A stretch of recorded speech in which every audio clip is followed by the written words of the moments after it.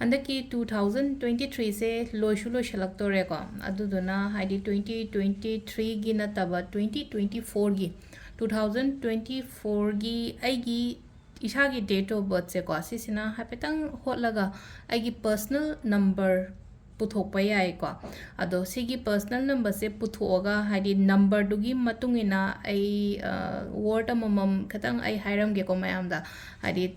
1 ताबना कई ओइगदगे 2 ताबना कई ओइगदगे 3 ताबना कई ओइगदगे हाइबदो नंबर पुथोकपसे कमाइना पुथोकदगे अदु हाइपेतंग येंगमिनारसे को आइना जे हाइजेसे 2024 लाकदबसिगिनि को 2024 लाकदबसिगिसु ओइरे अदुगा अफबा लाकोसु ओइसनो को मयामगेदमक्ता 2024 से अदो कमाइना आइना आई नंबर दो होट कदगे हाई कांसिदा समना हाबद एग्जांपल ओइना हाइदि डेट ऑफ बर्थ अमा हेता लौरसिने को डेट ऑफ बर्थ अमा हेता लौबा अन हारगदि तांग 10 दा पोकपा मी दोइना हारसे को तांग 10 दा पोकपा अदुगा था 13 नवंबर अदुगा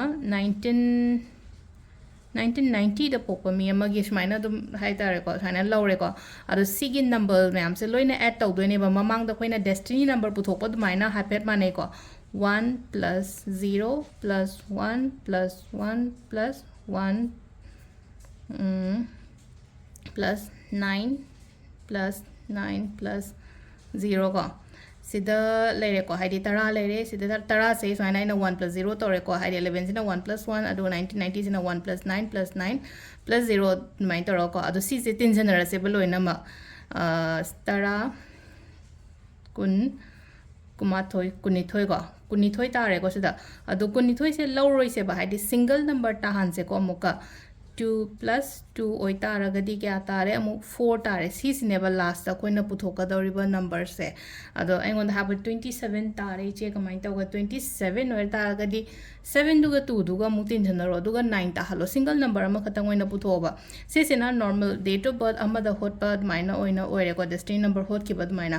अदो सिगी सेम कैनो से लौरसे बाजे तांग 10 था 10 माथोय अदुगा 2024 हाइना लौरसे को खोइना अदो तारगदी 1 plus 0 plus 1 plus 1 plus 2 plus 0 plus 2 plus 4 सितिन जन बिरसे को मरी निपान मापन तारा ट्रामाथोय तारे को सिजे सिदा ट्रामाथोय तारा को ट्रामाथोय जे नंबर अमा खतंग ताहानगदबनिना खोइना 1 plus 1 तौर मतुंगदा अमुक 2 तारे को सिगी नंबर से लौरनी बा खोइना अदो सिगी 1 दगिना 10 ताब दो जोंग साइ 10 दो हाइदी अनि लौबो यादमनिना हाइदी 1 plus 0 तारा मतुंगदा 1 दो लौरनिना अदो माइना सिंगल नंबर अमा खतंग पुथोकपे दो नंबर 1 दगी 9 बुक से कई मेसेज लाके हाइबदो आई हाइपेतंग शेयर तौरगे को मैमदा अदो सिदा लेरे को आइना स्माइना खतंग पैतकना थम्मे हाइदी पाबदसु दुम नुआइना बाइना मैमनो को 1 ताकिबा मी 1 तरागा तारकपा मी लेना अदु तारगदी 1 तारेना दगी अदुगी नंबर 1 तारकपा नंबर ओइरगना न्यू बिगिनिंग हाइना पीरिबा सिदा को हाइदी न्यू बिगिनिंग हाइदी वर्ड्स दुम हाइदी खरदी दुम अंडरस्टैंड तौरमनिना न्यू बिगिनिंग सिदा हाइदी अनोबा युम अनोबा गाड़ी अदगी अनोबा थबक इंखांग नत्रगा हाइदी अनोबा स्टार्ट अमा तौबा बिजनेस कुंबा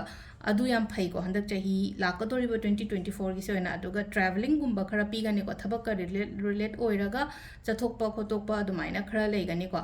अनि शुभ से को हाइडी रिलेशनशिप का पार्टनरशिप का ना दुमाइना लाए को हाइडी कैनो से हाइडी वर्ड से अदु रिलेशनशिप पार्टनरशिप से दा खोइना कमाइना तौगे हाय मतम से दने रिलेशनशिप पार्टनरशिप तदी फनी अदुगा अमुक अखोई चाही से खतंग तपना फगलप ओइना ओइको हाइदी तपना फगलप हार्ड वर्क याम तौगदबा मतमने को हाइदी number 2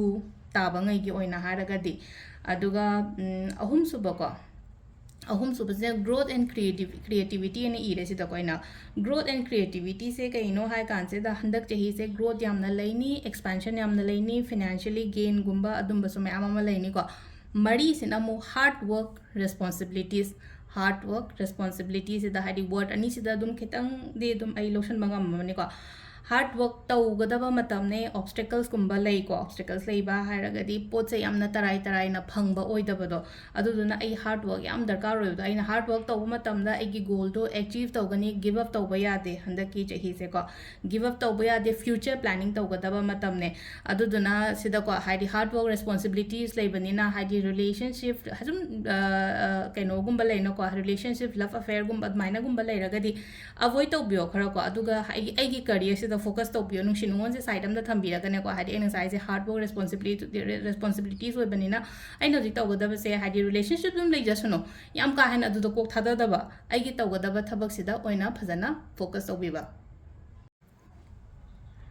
aduga number 5 taba ngai gena hadi freedom and switch haragadi ahongba change kumba dumaina yai ko hadi freedom hadi free di khara di oini ko hadi freedom phangba dumaina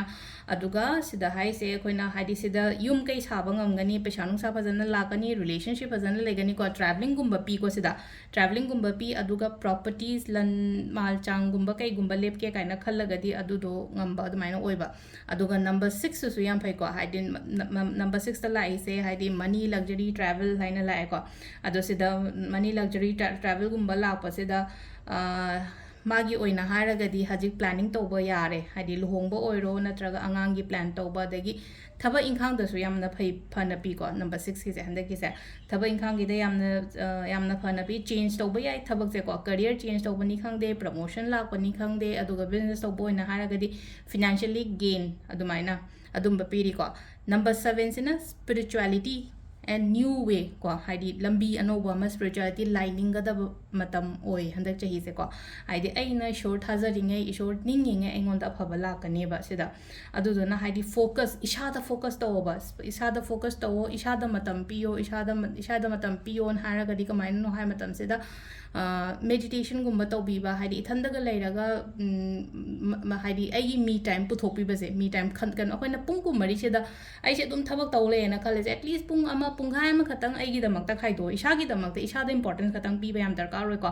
aduga spiritual growth and hai se ko haidi lighten gumba kai gumba hai tai shorning bi yo like khuram bi yo matam chana traveling gumba khar su le ko chathok ba khotok pa dumaina khar su pi ri ko number 8 se matam time money fame haina la eko sida time money fame se ko kaino hai kan si jo hard work tawgadaba matam ne ko haidi aina hotna dori ba haidi matam chang dori pesa lakpa de keno tawbane ba sida aina aigi hard work se soidana keno tawni ba lem na mangoi daba give up tawba ya de ko sida aduga number 9 is na let go change adagi isai thanda hai tar ko self haraga de khoi gi me time se harasne sida su ko hadi sida I kana I budi hodre ko let go change me